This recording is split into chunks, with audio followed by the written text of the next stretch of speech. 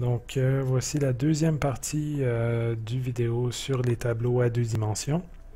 Alors dans la première partie, on a regardé l'algorithme qui nous permet de localiser les éléments. Maintenant, qu'est-ce qui arrive?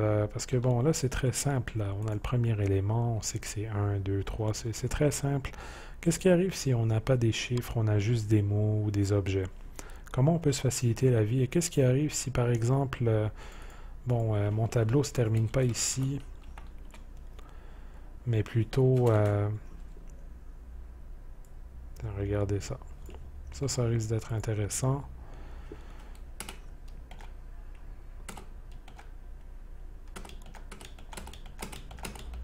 Vous voyez, ça c'est un beau tableau. Hein? C'est un excellent tableau.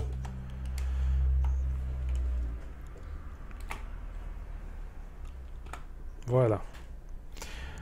Donc là, disons que je veux changer la valeur ici, le 13. Mais vous l'avez deviné, ça va pas être très pratique.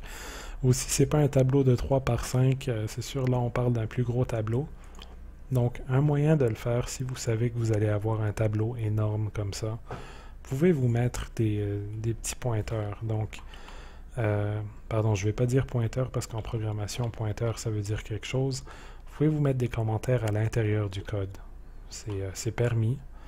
Donc, par exemple, ici, je pourrais écrire 5.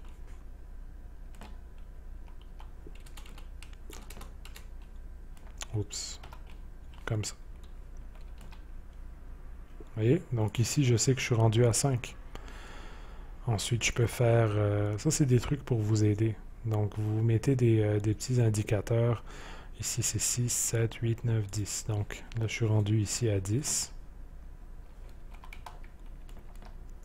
Vous voyez? La barre oblique, le petit astérix, le 10.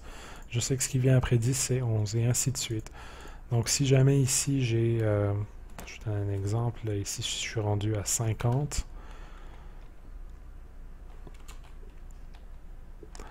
Donc, je sais que ma prochaine valeur, c'est 51. Donc, juste comme ça, des indicateurs, ça peut être pratique si jamais vous devez modifier des valeurs en particulier. C'est pour ça que vous devez penser à tout ça quand vous voulez faire des gros tableaux comme ça. Moi, je ne suggère pas d'utiliser des gros tableaux parce que ça prend beaucoup de mémoire des tableaux.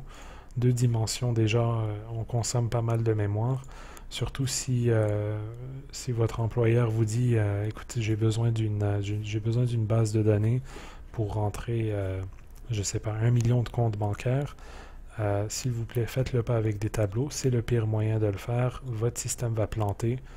De plus, il faut que vous pensiez que vous allez faire un programme qui va peut-être être utilisé par des utilisateurs qui veulent obtenir leur information et parcourir un tableau. Plus votre tableau est long, plus c'est long trouver d'informations. Donc, tableau, gardez ça pour un petit nombre de données. Moi, je vous dirais pas plus qu'une centaine de données. Après une centaine de données, commencez à vérifier s'il n'y a pas des alternatives, donc des listes, des vecteurs. Vous avez des maps, multimaps. Vous avez plusieurs moyens de parcourir beaucoup de données. Mais les tableaux, on va garder ça pour un petit nombre de données. Donc je vais effacer tout ça. On va retourner où est-ce qu'on était. Voilà. Donc, maintenant, on veut faire afficher ce tableau. Ah, mais là, c'est pas comme la dernière fois. Donc, moi, je veux faire afficher 0, 0. Je vais ensuite faire afficher 0, 1, 0, 2, 0, 3, 0, 4. Ensuite, 1, 0, et ainsi de suite. Donc, ici, j'ai 2 cases. Donc, pour ma boucle, je vais avoir besoin de 2 variables. Donc, l'algorithme qui va vous permettre de faire ça, on va d'abord initialiser une valeur dans notre boucle for. I est plus petit que la valeur ici. Toujours plus petit que la première case. Et on incrémente. Et on va faire une boucle à l'intérieur d'une boucle. Donc là, on va avoir J est égal à 0. Oups.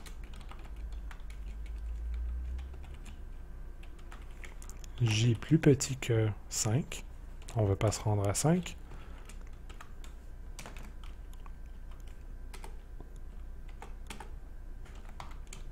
Et on veut faire afficher le tableau soleil avec le paramètre i et le paramètre j, tout simplement.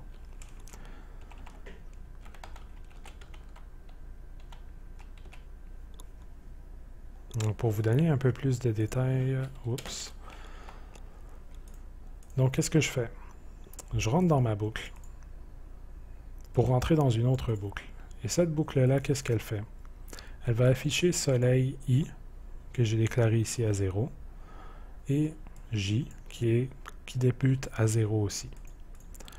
Quand il va avoir terminé de faire cette instruction-là, il va incrémenter j de 1. Il ne va pas incrémenter i de 1 parce que je suis encore dans cette boucle-là. Je ne sors pas de cette boucle, je ne touche pas à cette boucle encore.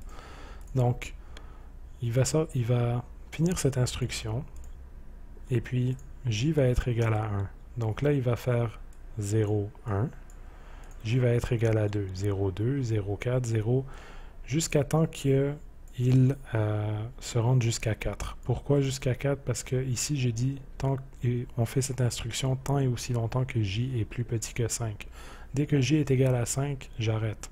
Pourquoi? Parce qu'on se rappelle, on ne va jamais se rendre jusqu'à 5 ici. C'est la fin du tableau. Le 5, même chose pour le 3.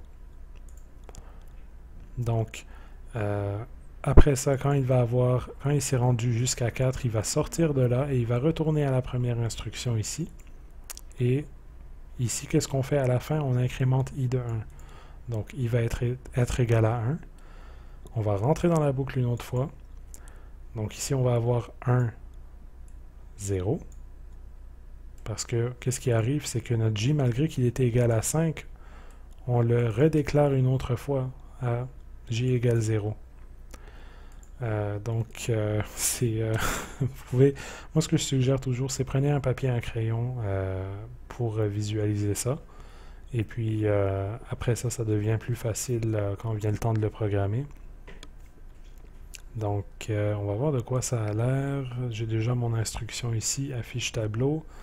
Voilà. Est-ce qu'il nous manque quelque chose? Non.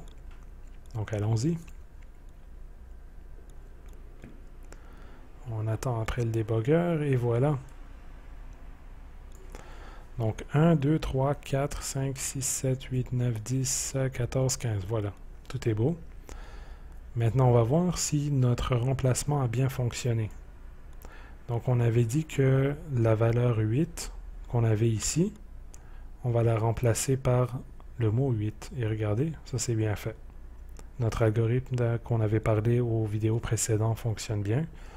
Le 2 ici qu'on avait, on veut le remplacer, on a fait une instruction pour le remplacer en chiffres, et c'est fait. Et le 14, même chose.